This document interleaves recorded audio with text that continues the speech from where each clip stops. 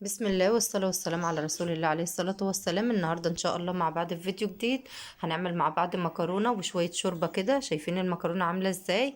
وشوية شوربة كده للولاد. لازم من وقت للتاني، اللحمة غالية بس لازم نعمل شوية شوربة كده مرة ولا حاجة. عشان خاطر يعني ايه، نبر نفسنا. اللحمة طيبة ازاي؟ لو عايزين تشوفوا طيبنا اللحمة دي ازاي.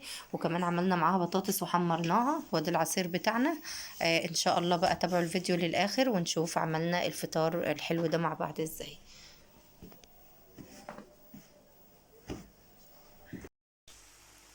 ودلوقتي بقى هنشوف هنعمل الشوربة بتاعتنا ازاي. ده طبعا كيلو لحمة.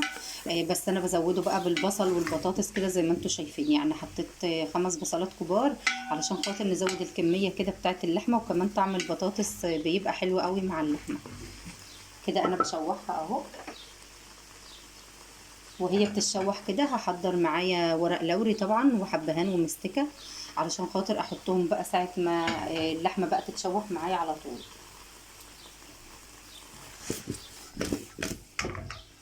اول لما تاخد لون كده وتتشوح هنحط عليها الحبهان والمستكة. هنديها تقليبة كده ونشوحها بقى مع بعض لحد ما تحمر كده في الحلة بتاعتنا.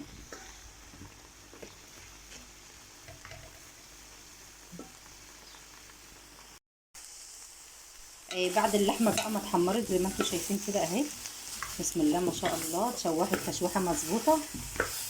هنحط عليها بقى معلقتين فلفل كبار.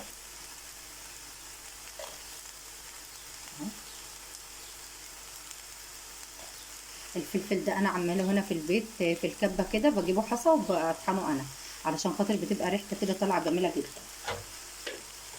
بعد ما حطيت الفلفل طبعا معايا حبهان ومعايا مستكه وورق لوري، هحط كل ده ونضرب تقليبه حلوه برده علشان تاخدي بقى الطعم الحلو المظبوط في الفراخ، في اللحمه قصدي. يا ريت تعملوا بقى الطريقه الحلوه دي. والبطاطس كمان بيبقى لها طعم حلو قوي، ممكن تطلعيها تحمريها، ممكن كمان تسيبيها مسلوقه كده بيبقى طعمها حلو. انا حاطه على العين التانية بتاعه البوتاجاز ميه كده سخنه علشان خاطر احطها على طول على الشوربه بتاعتي، علشان ما تاخدش وقت على النار. معايا بهارات لحمه، شويه بهارات كده حلوين، شويه جوز الطيب كده.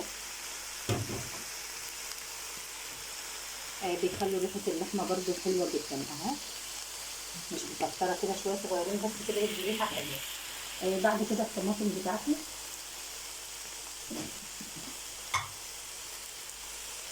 هنزل بقى بعصير الطماطم.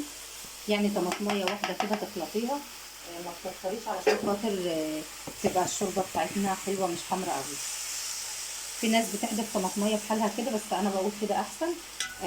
بدل ما يعني ما نحط الطماطميه بحالها وبعد كده نرجع نشيلها، لا كده احسن.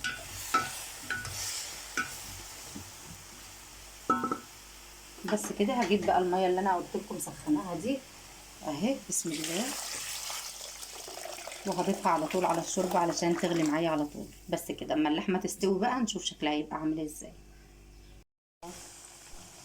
بعد ما طلعت البطاطس كلها كده زي ما انتم شايفين من الشوربه اهي، الشوربه طبعا اهي زي ما انتم شايفين اللحمه استوت بقت زي الفل، وخرجت منها البطاطس. بيبقى طعمها حلو جدا بصراحه، جربوها بقى في الشوربه. هننزل بيها كده على الزيت.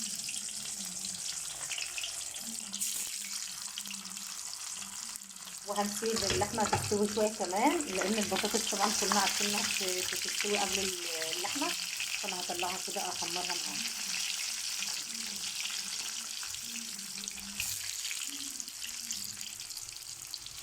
معموله بقى بشوربه كده بيبقى طعمها حلو جدا،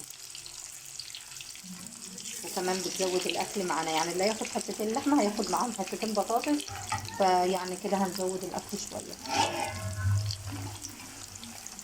هحط بقى اغطي على الشوربه كده تستوي شويه، واحمر بقى البطاطس. وبعد كده هنشوف بقى هنعمل ايه.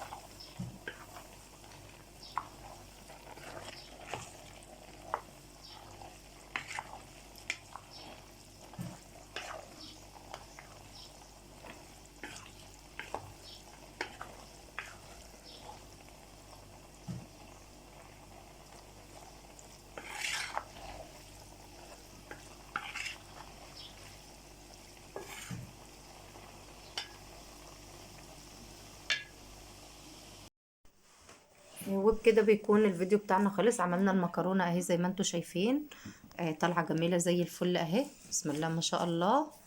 وكمان عملنا الشوربة واللحمة طيبة جدا.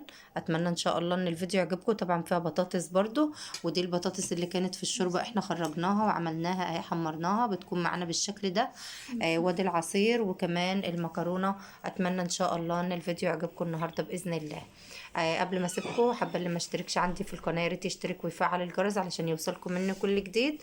واسيبكم في امان الله، وكل سنه وانتم طيبين.